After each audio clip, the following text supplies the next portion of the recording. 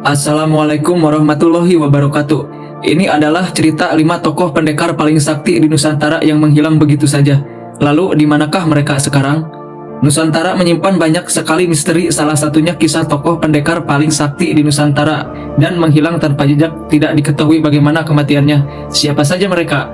Mereka bukanlah orang biasa, melainkan orang-orang yang paling berpengaruh di Nusantara. Meskipun tenar pada masanya masing-masing, namun mereka justru memilih menghilang tanpa jejak. Konsep menghilang tanpa jejak ini disebut sebagai moksa dalam ajaran Hindu-Buddha.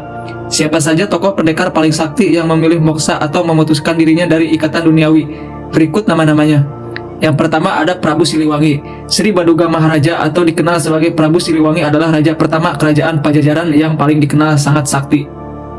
Berkat kehebatannya, ia memiliki banyak pengikut dan mampu membuat negeri Sunda terkenal di seantero Nusantara. Ketika Islam masuk ke Nusantara, Prabu Siliwangi mulai mendapatkan desakan dari keponakannya yang telah mualaf. Teguh memang keyakinannya, ia pun memilih meninggalkan kerajaan dan melakukan tapak moksa. Yang kedua ada Prabu Brawijaya kelima. Melihat kerajaan Majapahit dihancurkan oleh kerajaan Kediri, Prabu Brawijaya kelima memutuskan untuk melakukan tapak moksa. Sebelum melakukan moksa, ia diketahui masih memeluk agama Buddha. Lalu ia meminta Sunan Kalijaga keturunannya untuk menentukan dirinya ke dalam Islam dan menjadi mualaf. Kemudian ia pergi ke Gunung Lawu untuk melakukan pertapaan tingkat akhir dan melepaskan diri dari ikatan duniawi. Yang ketiga ada Patih Gajah Mada. Sosok Gajah Mada merupakan sosok yang sangat fenomenal di kerajaan Majapahit maupun Nusantara. Namun, di balik ketenarannya, ada dia versi cerita terkait bagaimana Sang Patih menghadap ajalnya.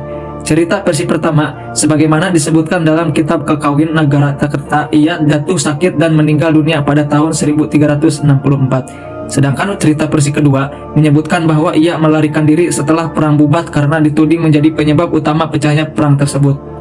Sebelum berhasil tertangkap, ia mengenakan segala perlengkapan upacara untuk yoga samadhi dan kemudian melakukan moksa tak terlihat menuju ketiadaan. Yang keempat ada Prabu Brawijaya.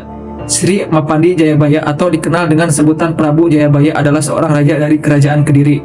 Namanya sangat identik dengan ramalan masa depan Nusantara, sebab ia memang memiliki ramalan tentangnya. Ia berhasil membawa kerajaan yang dipimpinnya menuju zaman keemasan. Namun di samping itu, ia merasa bersalah karena telah membunuh Jayabasa yang merupakan saudaranya sendiri. Dari situlah kemudian Prabu Brawijaya memutuskan menghilang tanpa jejak dengan melakukan tapa moksa di Desa Menang, Kabupaten Kediri. Yang kelima ada Sabdopalon Noyo Genggong. Sabdopalon dikenal sebagai sosok legendaris yang berperan sebagai seorang pandita sekaligus penasehat Brawijaya kelima. Menurut cerita, ia merasa kecewa dengan keputusan sang raja yang memilih memeluk Islam. Setelah sang raja menjadi mualaf, ia memutuskan untuk moksa dan menghilang tanpa jejak.